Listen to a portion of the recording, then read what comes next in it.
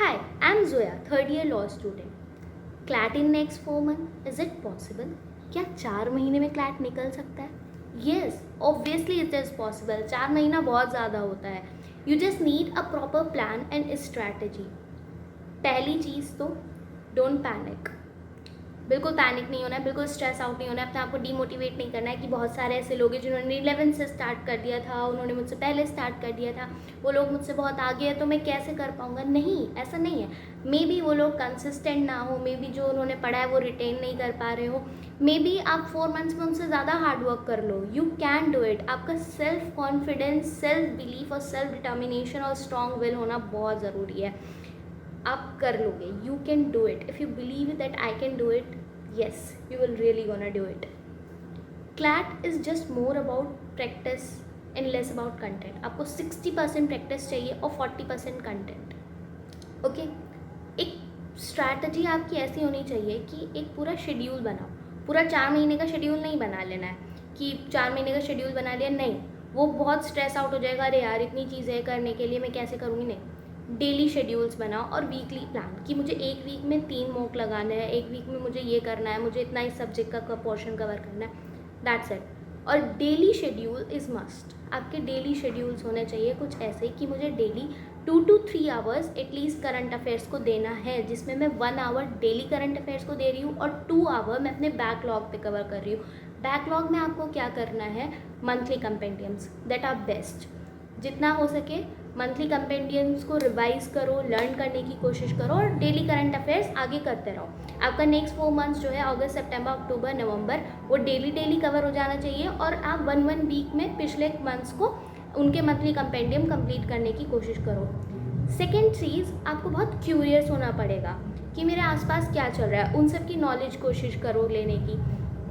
Like for example, अभी vice president ने resign किया है तो वाइस प्रेसिडेंट का इलेक्शन होने वाला है, तो आपको पता है कि वाइस प्रेसिडेंट टॉपिक न्यूज़ में है, तो मुझे पता होना चाहिए कि वाइस प्रेसिडेंट का इलेक्शन क्या होता है, किस आर्टिकल में है, कौन कंडक्ट कराता है। These questions can be asked. Second thing, newspaper is must. आपको डेली न्यूज़पेपर रीडिंग करनी है।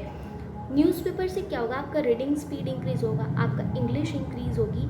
और नेक्स्ट थिंग क्या करना है आपको, जब आप एक एडिटोरियल रीड कर रहे हो, उसको पूरा रीड करने के बाद अपने माइंड में समराइज़ करने की कोशिश करो। इससे पता चलता है कि आप कितना कॉम्प्रिहेंड कर पा रहे हो और कितनी इन्फॉर्मेशन रिटेन कर पा रहे हो। और 1 वीक के बाद क्या करो कि टाइमर लगा के एडिटोरियल को रीड करना स्टार्ट करो। This will gonna help you कि आपकी रीडिंग स्पीड इम्प्रूव हो रही है या नहीं, with information retaining power. And if you are beginner तो उसे इंडियन एक्सप्रेस और टाइम्स ऑफ इंडिया से स्टार्ट करो। If you have habit of reading तो हिंदू पे जंप कर सकते हो। और आप बिल्कुल ही बिगनर हो तो मैं आपको बोलूँगी कि आपका फर्स्ट वीक ऐसा होना चाहिए, पहले अपना सिलेबस एनालाइज करो कि मेरे पास क्या सब्जेक्ट है, क्या स्ट्रक्चर है। फास्ट ईयर के पेपर्स को एज अ मॉक अटेम्प्ट करो कि आपको पता चले कंसोर्शियम कैसे क्वेश्चन दे रहा है, क्या करना है। एंड देन कॉन्सेप्ट्स पे वर्क करना स्टार्ट करो। For concepts you have to do legal reasoning के लिए मैंने तो कृति भटनागर मैम की क्लासेस की थी, यूट्यूब पे है अवेलेबल। एंड फॉर मैथ्स आप क्या कर सकते हो, यूट्यूब पर आपने एक सब्जेक्ट का टॉपिक उठाया मैथ्स का, रेशो प्रपोर्शन, यूट्यूब पे बहुत सारी रेशो प्रपोर्शन की क्लासेस मिल जाएगी। टिप्स एंड ट्रिक का एक नोट्स बना लो। एक फार्मूला पेपर आपके पास होना चाहिए कि रेशो एंड प्रपोर्शन के फार्मूलाज ये हैं, और फिर उनके डेली 10 क्वेश्चन प्रैक्टिस करो। प्रैक्टिस, बहुत ज़्यादा प्रैक्टिस करनी है। रीडिंग कॉम्प्रीहेंशंस की, क्रिटिकल रीजनिंग की, लीगल एप्टीट्यूड्स की, मैथ्स के क्वेश्चंस की जितनी प्रैक्टिस हो सके उतनी ज़्यादा प्रैक्टिस करो। अपनी प्रिपरेशन को इतना वेली स्ट्रेटेजाइज करो कि आपका डिटर्मिनेशन, आपका टाइमिंग, आपकी प्रैक्टिस सब कुछ एकदम कंसिस्टेंट हो और वेली प्लान्ड हो।